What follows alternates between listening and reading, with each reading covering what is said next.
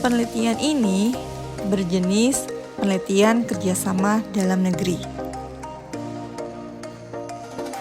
Penelitian yang berjudul Prediksi Finansial Distress berbasis laporan arus kas untuk mengantisipasi potensi kebangkrutan pada perusahaan startup dan unicorn yang terdaftar di Bursa Efek Indonesia. Penelitian ini dilakukan oleh Putri Renalita Sutratanjung, SE MMMAK, Dr. Randa Nurlis AK MSI CA, dan Juniarti SE MSI.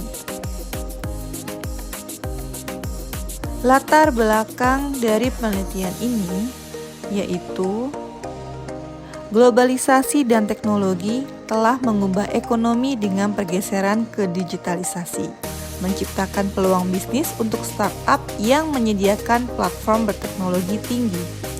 Ekosistem bisnis yang mendukung di negara seperti Indonesia yang memiliki 2.347 startup pada 2022. Banyak startup Indonesia seperti Gojek dan Bukalapak telah IPO, namun mereka juga menghadapi resiko finansial distress karena pengelolaan dana yang buruk. Penelitian menunjukkan bahwa rasio arus kas efektif dalam memprediksi finansial distress pada perusahaan startup dan unicorn di Indonesia. Pendekatan pemecahan masalah pada penelitian ini yaitu apakah terdapat pengaruh liquidity ratio dari cash flow operating terhadap financial distress. Apakah terdapat pengaruh solvency ratio dari cash flow operasional terhadap financial distress. Pendekatan pemecahan masalah adalah yang ketiga, apakah terdapat pengaruh efisiensi rasio dari cash flow operasional terhadap financial distress. Apakah terdapat pengaruh profitability ratio dari cash flow operasional terhadap financial distress. State of the art dan kebaruan, yaitu kebaruan dalam penelitian ini adalah menggunakan sampel perusahaan startup dan unicorn yang testing di Bursa Efek Indonesia dan menggunakan periode tahun penelitian terbaru.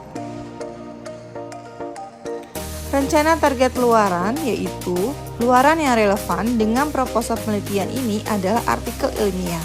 Oleh sebab itu, penelitian ini menargetkan luaran berupa artikel yang dipublikasikan pada jurnal internasional. Sustainable Development Goals yaitu pekerjaan layak dan pertumbuhan ekonomi, industri, inovasi dan infrastruktur, pengurangan ketidaksetaraan, konsumsi dan produksi yang bertanggung jawab, kemitraan untuk tujuan. Jenis penelitian ini digunakan merupakan penelitian kausal. Penelitian ini bertujuan untuk menguji hipotesis tentang pengaruh beberapa variabel independen terhadap variabel dependen. Menurut Sugiono 2018, hubungan kausal adalah hubungan yang bersifat sebab akibat. Jadi, di sini ada variabel independen, yaitu variabel yang mempengaruhi, dan dependen, yaitu variabel yang dipengaruhi. Sampel yang dipilih dalam penelitian ini terdiri dari perusahaan startup dan unicorn yang terdaftar di Bursa Efek Indonesia periode 2020 sampai 2022. Pengambilan sampel dilakukan dengan purposive sampling yang merupakan bagian dari metode non-probability sampling. Perusahaan startup dan unicorn yang terdaftar di Bursa Efek Indonesia periode 2020 sampai 2022 yang masuk dalam kondisi financial distress dan perusahaan non-financial distress. Perusahaan yang mengalami financial distress adalah perusahaan yang mengalami laba operasi negatif dalam satu periode pelaporan.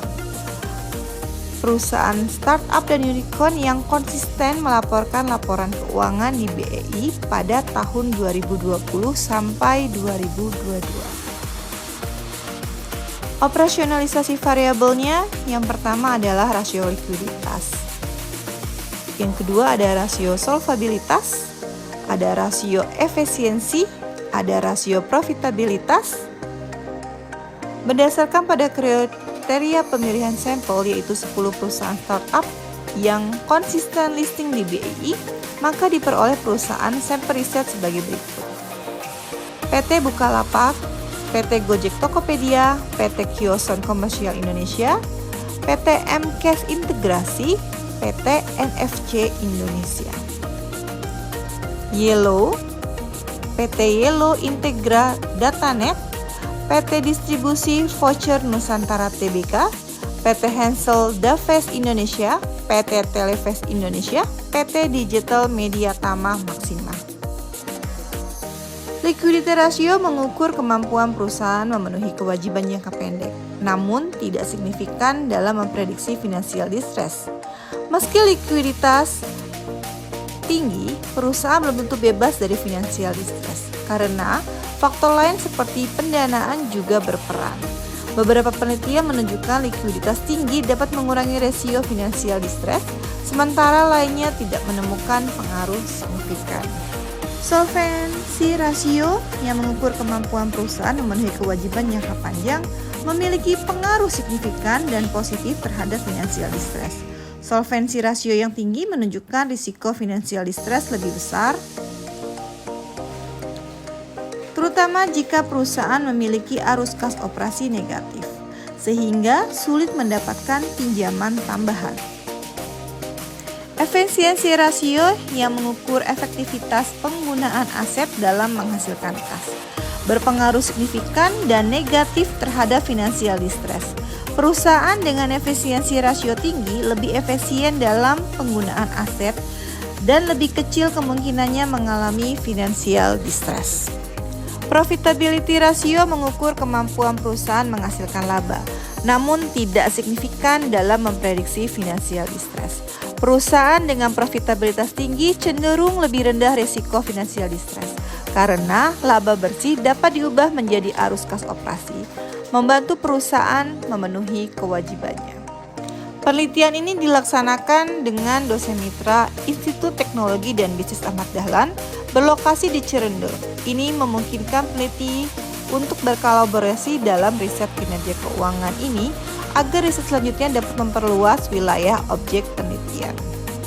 Penelitian dengan judul Prediksi Financial Distress berbasis laporan arus kas untuk mengantisipasi potensi kebangkrutan pada perusahaan startup dan unicorn yang terdaftar di Bursa Efek Indonesia sangat relevan dengan mata kuliah manajemen keuangan. Kaitannya yaitu pada analisis rasio keuangan, manajemen kas, keputusan investasi, dan pendanaan. Manajemen keuangan mengajarkan tentang berbagai rasio keuangan termasuk liquidity, solvency, efisiensi, dan profitabilitas rasio. Penelitian ini menggunakan analisis rasio keuangan dari laporan arus kas untuk memprediksi financial distress, yang merupakan aplikasi langsung dari konsep-konsep yang diajarkan dalam manajemen keuangan. Manajemen kas, penelitian ini berfokus pada laporan arus kas yang memprediksi financial distress. Mata kuliah manajemen keuangan mencakup pentingnya manajemen kas dan bagaimana arus kas yang baik bisa membantu perusahaan menghindari kebangkrutan. Manajemen keuangan melibatkan pengambilan keputusan terkait investasi dan pendanaan. Penelitian ini membahas bagaimana solvency rasio dan efisiensi rasio yang tinggi bisa mempengaruhi financial distress, yang berkaitan langsung dengan keputusan pendanaan dan investasi yang dibuat oleh perusahaan. Terima kasih.